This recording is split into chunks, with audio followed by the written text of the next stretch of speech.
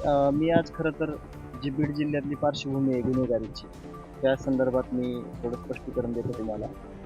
बीड जिल्ह्यामध्ये जी कायदा आणि सुव्यवस्था आहे, त्या कायदा आणि सुव्यवस्थेमध्ये जो हत्या झाली त्याच्या अगोदरचा कालखंड असा होता, की कुठलीही गोष्ट जी चुकीची झालेली आहे, ती वेळेत तिला त्याच्यावर ताबा मिळवला नाही, चुकीला चूक म्हणलं गेलं नाही.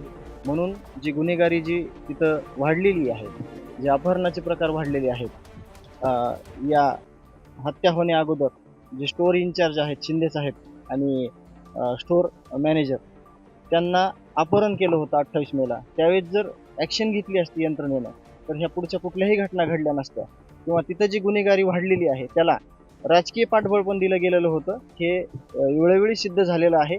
सगळ्या गोष्टी देशमुख कुटुंबियांना सांगायच्या आणि त्या ऐकायच्या यापेक्षा प्रत्येकानं आपल्याला जे काही भूमिका आहे आपली किंवा आपले जे काही अधिकार आहेत ते जर राबवले, ते जर प्रत्यक्षात आणले तर ह्या गुन्हेगारीला कायमचा आळा बसेल. एवढंच मी इथून बोलतो.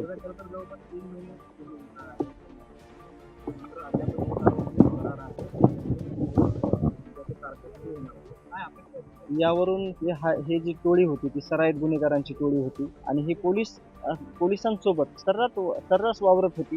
तुम्ही काही CCTV फुटेज देखील बघितलेले आहेत. 307 मध्ये फरारी असणारा आरोपी हा जो कृष्ण आंधळे आहे तो मागच्या 2 वर्षापासून फरार आहे. तरी पण केज पोलीस आणि धारूर पोलिसांत तो सर्रास त्याचा वावर होता. पोलिसांकडूनच जर त्याला अभय मिळत होतं तर तो कुणाला भेटणार आहे दुसऱ्या? जर तो यंत्रणेला घाबरत नाही तर तो लोकांना, सर्वसामान्याला, आमच्यासारख्या लोकांना थोडंच घाबरणार आहे.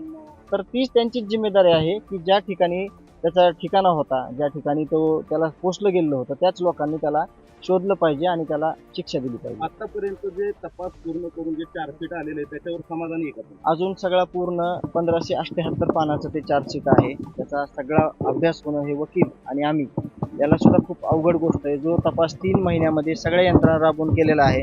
1 आणि 2, 4, 8 दिवसामध्ये तो तपास आपल्याला अभ्यासणं खूप कठीण गोष्ट आहे.